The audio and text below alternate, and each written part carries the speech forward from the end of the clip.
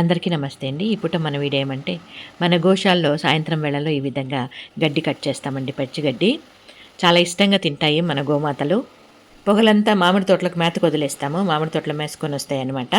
ఇంకా దాని తర్వాత సాయంత్రం అయితే ఈ విధంగా పచ్చి గడ్డి కట్ చేసి అన్నిటికీ ఘాట్లో ఈ విధంగా పోసేస్తే తృప్తిగా తినేస్తాయి అన్నమాట. దీంతోపాటు దానా కూడా పెడతామండి, అంటే కుడితిలో కలిపి పెడతామన్నమాట. అది కూడా ఇంకో రోజు మీ ముందుకు తీసుకొని వస్తాను. ఈ రకంగా మిషన్కి వేయడం వల్ల కొద్దిగా కూడా వేస్ట్ కాకుండా తినేస్తాయన్నమాట.